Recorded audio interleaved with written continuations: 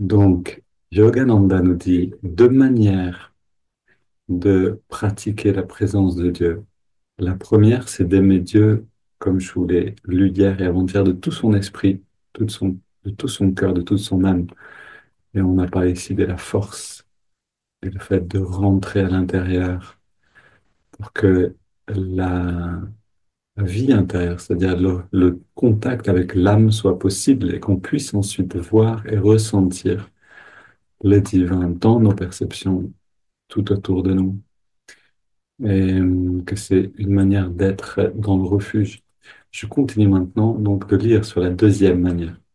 Une fois qu'on commence à ressentir Dieu en soi, on devrait chercher à partager cette expérience avec les autres. Aider matériellement son prochain est une belle chose. L'aider sur le plan moral et psychologique est encore meilleur. Mais lui transmettre la conscience de Dieu et l'aider à se libérer de l'ignorance est le plus grand des dons. C'est dans cet ordre qu'il faut apprendre à servir les autres. Et ici encore, on voit la richesse de ces... À chaque fois que Yogananda parle ou écrit, c'est, on a énormément d'enseignements en fait. C'est très intéressant d'ailleurs de rechercher des textes pour les satsangs, parce que quand je tombe sur un texte de Yogananda, une phrase, on peut méditer dessus pendant des heures. Donc ici, on a vraiment un mode d'emploi, c'est-à-dire la première chose qu'on a besoin de faire, la première manière, en effet, de pratiquer la présence de Dieu, c'est de se retirer intérieurement, de se libérer un petit peu du monde et de ressentir le contact avec l'âme. Mais la deuxième chose, c'est de partager ensuite cette expérience avec les autres.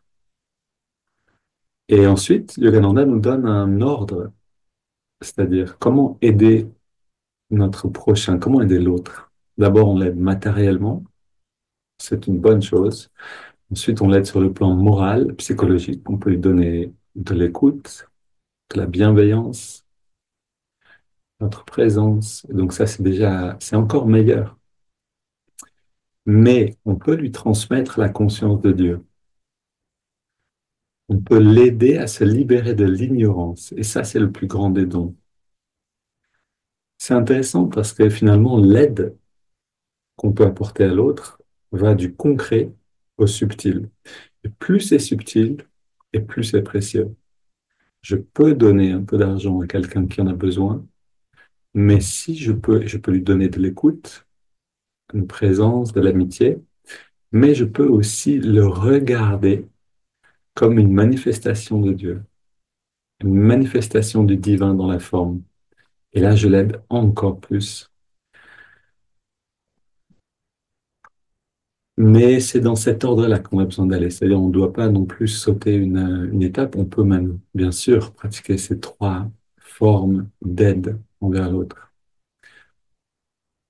Donc, si on reprend l'idée de colorier la perception du monde. On perçoit le monde, d'abord on perçoit les objets, on est en train de parler avec des gens. Ok, c'est la perception ordinaire. Maintenant, on recolorie la perception du monde pour ne percevoir plus que lui, c'est-à-dire le divin s'exprime dans l'instant présent à travers les objets, à travers les personnes. Une fois qu'on a appris à le faire un petit peu seul, donc la méditation, c'est précieux. Mais dans la méditation, on a besoin d'inclure cet élément-là, ce qu'on a fait avec la, le murmure de l'éternité de Yogananda. Je m'incline devant toi qui est devant moi, derrière moi, à ma gauche, à ma droite, au-dessus et en dessous, au-dedans et au-dehors. Donc, qu'est-ce qu'on fait avec ça? C'est on colorie la perception du monde. On affirme dans notre perception, il est là. Si on peut affirmer, si on peut entrer dans cette nouvelle perception et à le faire seul suffisamment, on peut commencer à le faire dans la relation avec d'autres. De quoi on a besoin pour pouvoir le faire avec d'autres? On a besoin d'un rappel. C'est là où le gong peut être extrêmement utile, puisqu'on a un téléphone avec nous, on est en train de parler avec quelqu'un et tout d'un coup, gong, le gong sonne. Si à ce moment-là, on a suffisamment de détachement pour dire, tiens, le gong a sonné. Et si on a assez de routine avec une stratégie qui est déjà bien intégrée, c'est-à-dire quand le gong sonne, je respire en répétant une affirmation, j'expire en ressentant cette affirmation qui s'installe en moi, en percevant autrement. Si je peux faire tout ça, euh, j'ai déjà la base. J'apprends à allumer en fait hein, cette présence dans les situations, dans des situations différentes. Maintenant, quand sonne le gong et je suis en train de parler avec quelqu'un, et c'est vraiment une très belle aventure, je vous encourage encore une fois à télécharger une application qui fait des gongs réguliers, comme par exemple Kriya Yoga Timer, et l'option dedans, la fonction qui s'appelle God Alone, je crois, ou alors, ouais, je crois que c'est God Alone, pour se rappeler de Dieu régulièrement. Et là, vous choisissez tous les quarts d'heure, tous les demi-heures, tous les 10 minutes. Ok, le gong sonne, je suis en train de parler avec quelqu'un. Je m'engage dans le processus et j'ai besoin d'apprendre à le faire jusqu'au bout. C'est l'avantage, par exemple, de compter des affirmations sur les phalanges. J'ai décidé d'en faire 12, par exemple. Ok, je compte sur les phalanges jusqu'à 12 et je continue en respirant, en le faisant, jusqu'à ce que j'arrive au bout. Et, et en même temps, j'ai besoin de me désengager un petit peu de la situation. Ok, donc je pourrais pas réussir à le faire jusqu'au bout si je suis en fait complètement engagé dedans. J'ai besoin de faire un petit pas en arrière. Et ça, on va le faire avec le regard. Si je regarde avec un regard ouvert, ce qu'on appelle drishti dans le langage du yoga, ouvrir le regard, avoir un regard qui regarde l'espace, qui regarde plus les objets, qui regarde l'espace. Comme ça, on se désengage de l'hypnose, on se détache un petit peu.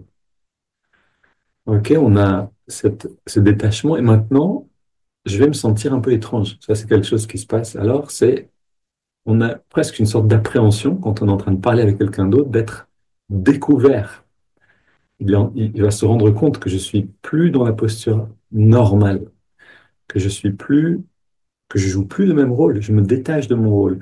Et là, il y a quelque chose qui se passe, qui est en fait une nouvelle forme de liberté mais qui nous fait un petit peu peur. C'est-à-dire, c'est comme sortir de son rôle habituel et être en face de l'autre dans quelque chose de nouveau.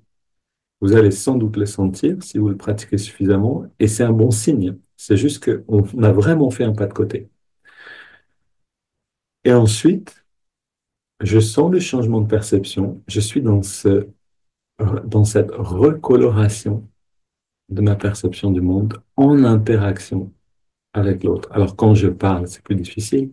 C'est plus facile de le faire quand j'écoute quelqu'un. C'est l'avantage d'écouter. On a une distance, on a un recul qui nous permet de le faire. Mais je peux le faire aussi en me promenant dans un magasin, dans la rue, et jouer à ce jeu-là. Parce que je peux, pendant quelques secondes, me détacher du monde tout en étant dans le monde.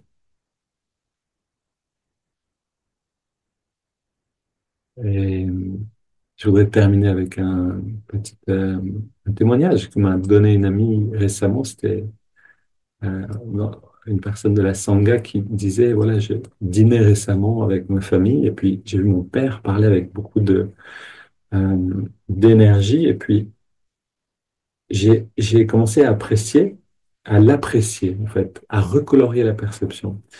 Et tout d'un coup, j'ai vu cette qualité merveilleuse en lui qui l'emmenait à parler avec beaucoup de ferveur, avec beaucoup de force. Un guerrier, une qualité de kshatriya, elle disait. Et là, elle a été très touchée par cette perception de son père. Et alors que lui, il parlait simplement avec beaucoup d'élan de quelque chose, elle a été touchée profondément de le voir avec une profondeur différente. Donc, jouons à ce jeu-là, tous ensemble. Jouons à ce jeu-là de changer la perception et d'être en relation dans une perception profonde. C'est le plus beau cadeau qu'on puisse se faire les uns aux autres. Merci d'être là et à très bientôt.